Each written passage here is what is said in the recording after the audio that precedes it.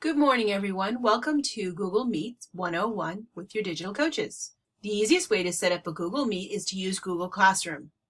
We would start here and go to the gear icon in the upper right-hand corner to see our settings. If we scroll down, we will see where it says Meet. All you need to do is click Generate Meet Link. This link is now going to be visible to your students. I will show you where it will be visible to your students and tell you how you can utilize this with your students as well. So if you want it to be visible to your students, leave this on. That is the default. If you want to turn it off, you can just slide this and turn it off as well. Okay. We're going to leave it on so you can see how it works.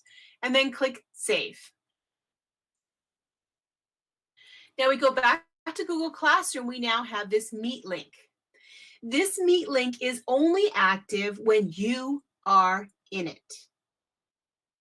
So previously, if you set up a Google Meet in Calendar or on the meet.google.com website, if you shared that link with your students, it would be active for your students to join when you aren't there. And if a student clicks on it in Google Classroom while you're not there in the Meet, they will not be able to join the meeting. So this is a new feature that was added over spring break and has definitely made it a lot easier for teachers to monitor what is going on in Google Classroom.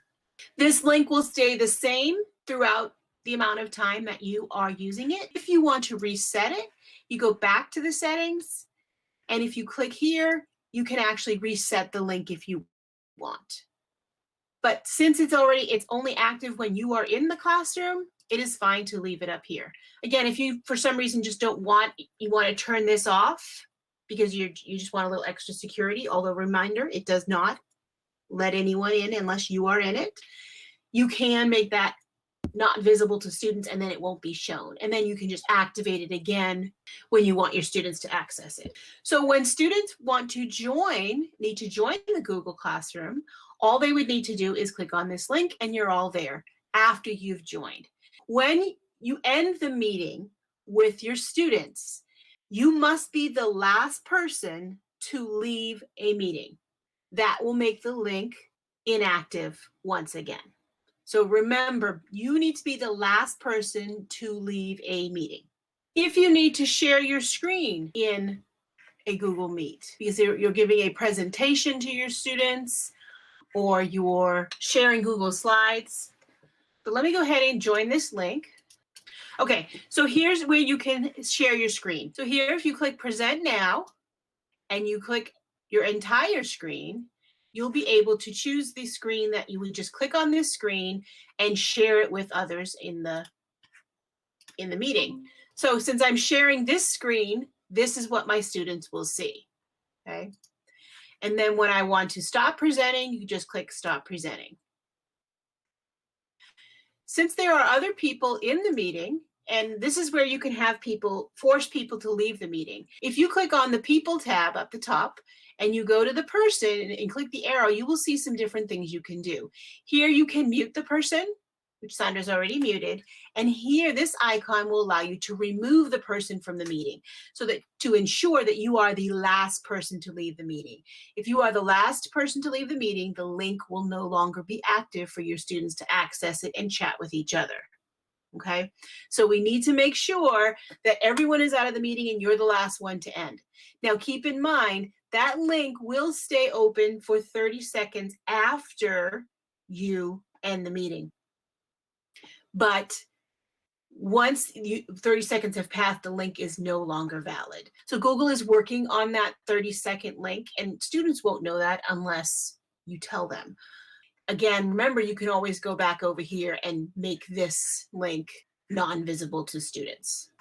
Other things you can do in a Meet. You also have the chat feature over here where students can have a conversation. Keep in mind that if students are chatting, you will see everything. There's no private chats in Google Meets. It's for everyone. So this is a great way if you want to send students a quick link to a Google Doc or you want to send them to a particular website, you can just paste that in here. You also have the option here to turn on captions for your students. So if you have any students that are deaf or hard of hearing, or you have students that you would like them to read the context of what you're saying, you can just turn that on and it will automatically start translating as you speak. Additionally, if you want to record your Google Meet, you click on the three dots on the right-hand side and click Record Meeting. This will save a copy of the video to your Google Drive, as well as a transcript of the chat. So you have documentation of the chat for that meeting. Keep in mind that everything is recorded from the time you turn it on until the time you turn it off. This again is where you can individually mute yourself, and this is where you can turn off your camera. So you can see up here in the corner, I have my picture, but if I want, I can turn off the camera and then it's just my icon.